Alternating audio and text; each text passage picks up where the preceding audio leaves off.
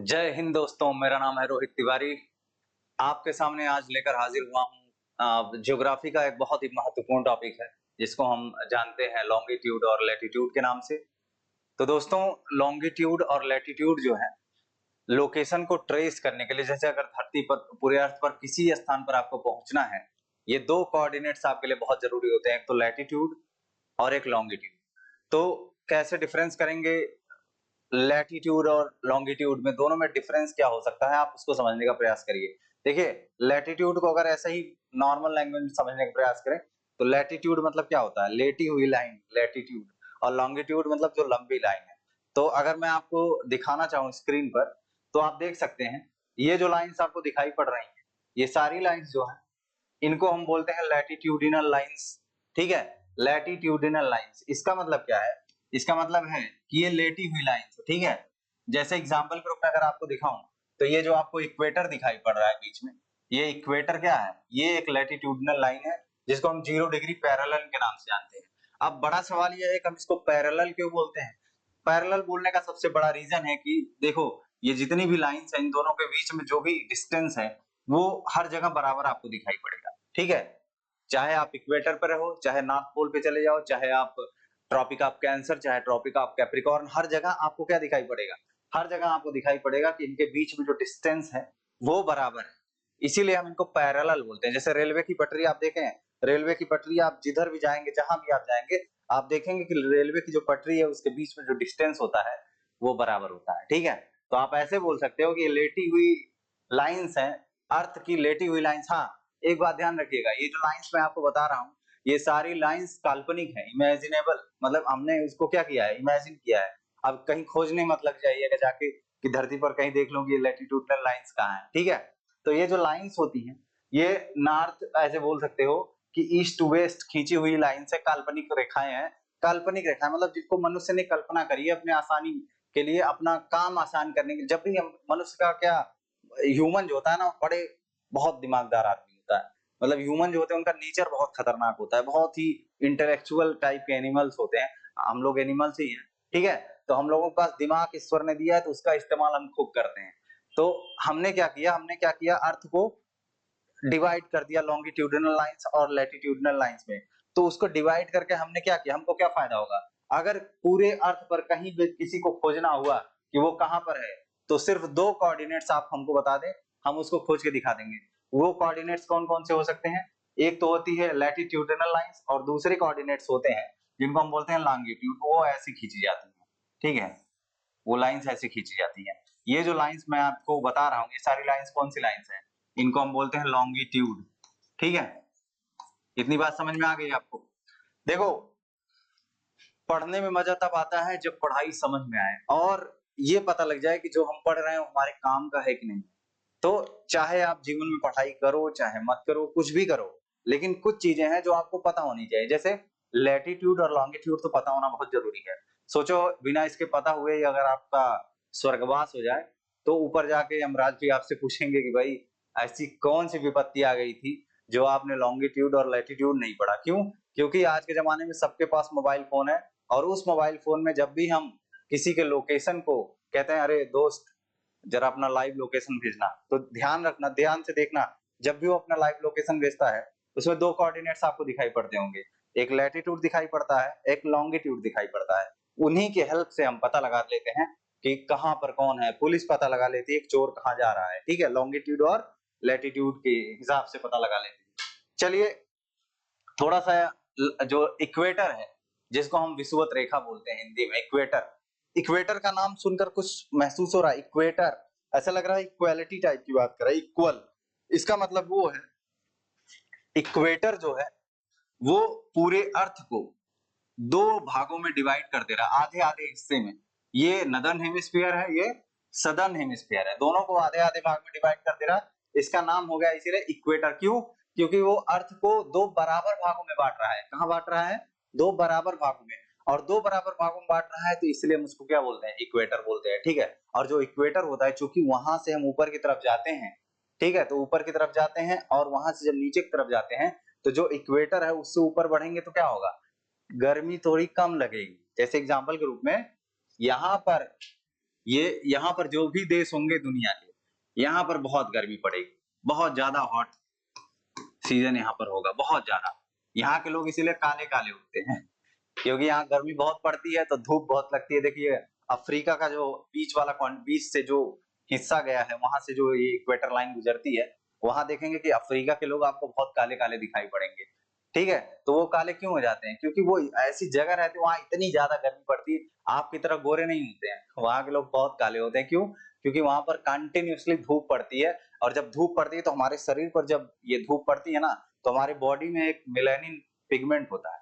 वो मेलानिन जो होता है वो क्या होता है, उसकी मात्रा मतलब उसको ज्यादा मात्रा में हमारा शरीर बनाने लगता है, हमारा बॉडी जो है उसको ज्यादा प्रोड्यूस करता है। और वो किसके लिए रिस्पॉन्सिबल होता है? जो मेलानिन होता है वो डार्कनेस मतलब स्किन की जो डार्कनेस होती है उसके लिए रिस्पॉन्सिबल होता है। तो उससे क्या हो जाएगा, स्किन क्या हो जाएगी, बहुत ज्यादा डार्क हो जाएगी। तो ऐसे लोगों की स्किन क्या होती है, डार्क हो जाएगी। लेकिन एक फायदा होता है इनका, एक बात समझिएगा, इनको बहुत फायदा होता है।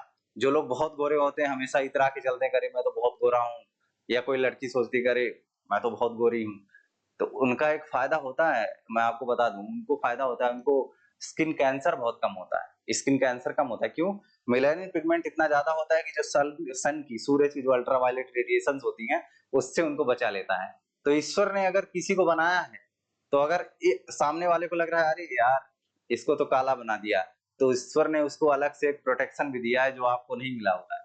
तो इसलिए गोरे होने में बहुत इतराइए मत, ठीक है, उनको ज्यादा फायदा है। समझ में आ गई बात? तो ये जो नदर्न हेमिस्फीयर है और सदर्न हेमिस्फीयर इसमें बांट दिया गया है, ठीक है, वो बांट दिया गया। और आपको एक भी पता है, जो नदर्न हेमिस्फीयर है ना, ऊपर वाला हिस्सा, वहां पर लैंड ज्यादा है, तो ऐसे कहा जाता है। इसीलिए जो नदर्न हेमिस्फीयर उसको हम कई बार लैंड हेमिस्फीयर बोलते हैं, क्योंकि लैंड मतलब जमीन, ये जो अर्थ है, जो जिस पर हम रहते हैं, जिस पर बिल्डिंग्स बनाते हैं, जिस पर हम रोड बनाते हैं, इसकी संख्या नदर्न हेमिस्फीयर में ज्यादा है, इसलिए हम उसको क्या बोल देते हैं, उसको बोल देते हैं लैंड हेमिस्फीयर। ठीक है, चलिए आगे समझते हैं, और भी कुछ मजेदार चीजें आज पढ़ेंगे। ठीक है, ये तो हो गया आपका, आगे चलिए।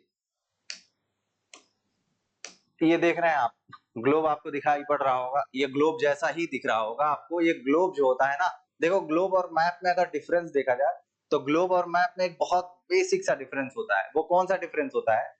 ग्लोब क्या होता है, एकदम अर्थ के जैसा होता है, जैसे अर्थ होता है, जैसे पृथ्वी होती है, ठीक वैसा हूबहू रिप्रेजेंट कर दिया जाता है, उसको हम बोलते हैं ग्लोब। और मैप क्या होता है, मैप को हम कॉपी पर लिखते हैं, तो वो फ्लैट होती है। कॉपी कैसी होती है? फ्लैट होती है। और ग्लोब जो है एकदम पूरा अर्थ जैसा दिखाई ऐसा लगता है छोटी सी पृथ्वी हमारे रूम में आकर रख दी गई है, हमारे डेस्क पर आकर छोटी सी पृथ्वी, छोटा सा अर्थ रख दिया गया है। लेकिन मैप क्या होता है? मैप एकदम फ्लैट होता है।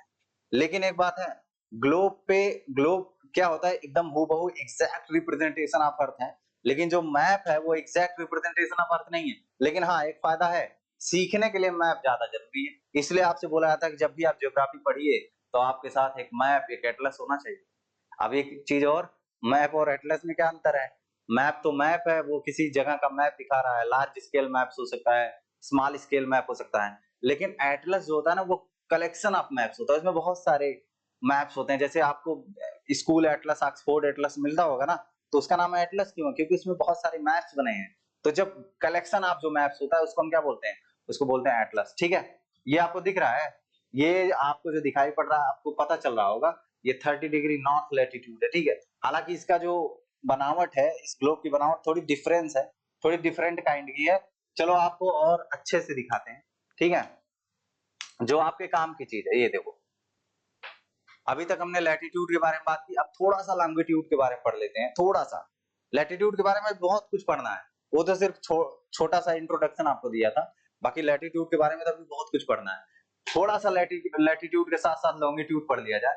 लॉन्गिट्यूड क्या होती है? लॉन्गिट्यूड, अगर कोई आपसे पूछ रहा है कि लैटिट्यूड तो वो है जो अर्थ को दो भागों में डिवाइड कर रही है, नॉर्दर्न हेमिस्फीयर, सदर्न हेमिस्फीयर, तो लॉन्गिट्यूड क्या है? लॉन्गिट्यूड जो है ना, वो भी अर्थ को दो भागों में डिवाइड कर रही है, लेकिन वो क्या कर रही है, वो दो हिस्सों में डिवाइड कैसे करती है? आप देखो, इधर आप क्या मानते हैं, अगर हम डायरेक्शंस बनाएं जिनको हम कार्डिनल डायरेक्शन बोलते हैं, तो डायरेक्शन ऐसे बनता है, ये है ईस्ट, और ये है वेस्ट, ये है नॉर्थ, ये है साउथ। तो ये वाला हिस्सा जो ईस्ट है, इधर हम लोग इसको लिखेंगे, और जो वेस्ट वाला हिस्सा है, पश्चिमी जो हिस्सा है, वो ये है। अब इसी बीच से एक लाइन निकल रही है 0 डिग्री, ये भी 0 डिग्री है, वो जो मैंने बीच से बनाया था वो भी 0 डिग्री थी, लेकिन ये भी 0 डिग्री है। तो ये 0 डिग्री लॉन्गिट्यूड है, ठीक है, ये 0 डिग्री लॉन्गिट्यूड है। और वो जो मैंने बनाया था ये वाली, ये लाइन है 0 डिग्री लैटिट्यूड, ये लेटी हुई लाइन है और वो लंबी लाइन। तो वो अर्थ को दो हिस्सों में बांट रही है, ईस्टर्न हेमिस्फीयर और वेस्टर्न हेमिस्फीयर में। टाइम का कैसे पता चलता है? जैसे एग्जांपल के रूप में अगर मैं एक छोटा सा सवाल पूछूं कि लंदन में दोपहर के 12 बज रहे हैं, तो भारत में कितना बजेगा? अगर मैं आपसे कहूं कि चलो बताओ लंदन में दोपहर के 12 बज रहे हैं, तो भारत में कितना बजेगा? चक्कर में पड़ जाओगे। मान लो आ भी रहा होगा, बहुत सारे लोगों को आता है। मैं आपको बता दूं कैसे पता लगता है। ये जो 0 डिग्री लाइन आपको दिख रही है, ये प्राइम मेरिडियन इसको बोलते हैं। क्या बोलते हैं? Prime meridian. ये लंदन के ग्रीनविच से निकलती है, इसलिए इसको हम ग्रीनविच मीन टाइम, इसी लॉन्गिट्यूड से पूरी दुनिया भर में, हालांकि दुनिया में कुल 24 टाइम जोन है, लेकिन फिर भी इसी से पता लगता है जो इसके ईस्ट में होगा, जो भी देश इसके ईस्ट साइड में होगा वो इससे टाइम में आगे होगा, और जो इसके वेस्ट साइड में होगा वो इससे टाइम में पीछे होगा। जैसे एग्जांपल के रूप में भारत क्या है, ये अगर 0 डिग्री लॉन्गिट्यूड है, भारत कहाँ रहता है? भारत है 82.5 डिग्री ईस्ट। अब इसके इसके बीच में अगर डिफरेंस हम देखेंगे तो कितना डिफरेंस हो जाएगा? उसके बीच में 82.5 डिग्री ईस्ट का डिफरेंस आ रहा है। इससे क्या पता चल रहा है? इससे पता चल रहा है कि भारत जो है वो लंदन से इतना दूर है ईस्ट में, तो जाहिर सी बात है भारत लंदन से आगे होगा। इसका मतलब अगर लंदन में दोपहर के 12 बज रहे हैं, तो निश्चित रूप से भारत में उससे ज्यादा बज रहा होगा। क्यों? क्योंकि भारत आगे है उससे। कितना आगे है? 82.5 डिग्री। अब कितने घंटे आगे होगा ये कैसे पता चलेगा? ये ऐसे पता लगाएंगे। आप ध्यान से देखो कैसे इसको पता लगाते हैं इसका।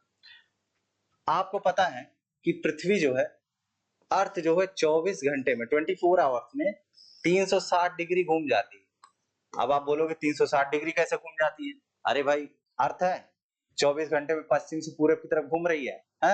तो एक चक्कर पूरा मार लिया जीरो से। ऐसे सोचो कि ये है और पृथ्वी ने एक चक्कर मार लिया, तो ये पूरा जो एंगल बना वो एंगल कितने का बन गया? 360 डिग्री का बन गया।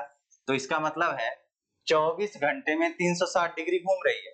तो जब 24 घंटे में 360 डिग्री घूम रही है, तो इसका मतलब कि एक घंटे में कितना डिग्री घूमेगी? तो एक घंटे में घूमेगी 15 डिग्री, 15 डिग्रीज। एक घंटे में कितना डिग्री घूमेगी? 15 डिग्री। और अगर हम इसको देखें भारत कितना डिग्री आगे है? 82.5 डिग्री आगे है। तो 15 डिग्री में अगर एक घंटा हो रहा है, तो 30 डिग्री में 2 घंटा होगा। ठीक है, 45 डिग्री में कितना घंटा होगा? 3। और 60 डिग्री में कितना घंटा होगा? 4 घंटा। ठीक है, 75 डिग्री में कितना होगा? 5 घंटा। ये आप सोच रहे होंगे कैसे बता रहा हूं। अगर 15 डिग्री में एक घंटे में 15 डिग्री घूमती है, तो 2 घंटे में 30 डिग्री, 3 घंटे में 45 डिग्री, 4 घंटे में 60 डिग्री, 5 घंटे में 75 डिग्री। अब 5 घंटे में 75 डिग्री घूम रही है, फिर उसके बाद कितना डिग्री और बच रहा है? 7.5 डिग्री। तो जब 7.5 डिग्री बच रहा है, तो जाहिर सी बात है कि 7.5 डिग्री वो कितने घंटे में घूमेगी? आधे घंटे में। इसीलिए भारत लंदन से 5 घंटा 30 मिनट आगे, लंदन से 5 घंटा 30 मिनट आगे है, मतलब 5.5 आवर्स। ठीक है, 5 घंटा 30 मिनट आगे है। इसीलिए अगर आपसे कोई पूछे कि लंदन में अगर दोपहर के 12 बज रहे हैं, तो भारत में कितना बजेगा? तो आप बताएंगे भारत में 5:30 बजेगा। क्यों? क्योंकि भारत लंदन से 5:30 घंटे आगे है। क्यों? क्योंकि 82.5 डिग्रीज आगे है, 82.5 डिग्री ईस्ट में है, तो उतना डिफरेंस आ जाएगा। ठीक है, उम्मीद करता हूँ इतनी बात तो आपको अच्छे से समझ में आ गई होगी। ठीक है, और एक बात और ध्यान रखना, पढ़ाई करते हुए अगर बोर नहीं होना है, तो पढ़ाई को मजे के साथ करिए। पढ़ाई को बोझ मत समझिए। अगर बोझ समझ लेंगे तो फिर आपका काम वही तमाम हो गया। इसलिए राहत इंदौरी ने एक शायरी कही है, उसको ध्यान से सुनिएगा। राहत इंदौरी साहब ने कहा है कि फैसला जो भी हो मंजूर होना चाहिए, जंग हो या इश्क हो भरपूर होना चाहिए। जंग करनी हो तो दिल खोल के करो, लड़ाई करनी हो तो एकदम दिल खोल के करो, मौज करनी हो तो दिल खोल के करो, और पढ़ाई करनी हो तो भी दिल खोल के करो। क्यों? क्योंकि जो करना है अच्छे से करो। सैर कर दुनिया की गाफिल, जिंदगानी फिर कहाँ, जिंदगानी कर रही तो नौजवानी फिर कहाँ। जितना जिंदगी मिला हुआ है उसको इतने अच्छे से जियो, इतने अच्छे से जियो कि लोग आश्चर्य में रहे देख के, अरे यार ये इतना ज्यादा खुश कैसे रहता है, इतनी डिप्रेशन भरी दुनिया में ये इतना खुश कैसे हो सकता है। तो अपने आप को खुश बनाने का प्रयास करिए, हमेशा ट्राई करिए कि कैसे खुश हो सकते हो, ठीक है। समझ में आई बात? तो पढ़ाई तो होती रहेगी लेकिन उसके साथ हैप्पीनेस बहुत ज़रूरी है, ठीक है? और मुझे पता है कि आप लोगों को इसकी कोई मतलब बताने की ज़रूरत नहीं है, आप लोग ऑलरेडी बहुत खुश रहते हैं, ठीक है? तो आज के लिए इतना ही, थैंक यू वेरी मच। आगे और भी बात करेंगे, अभी तो बहुत सारे कॉन्सेप्ट बताने हैं। ये तो सिर्फ एक छोटा-सा इंट्रोडक्शन था आपके लिए, थैंक यू वेरी मच।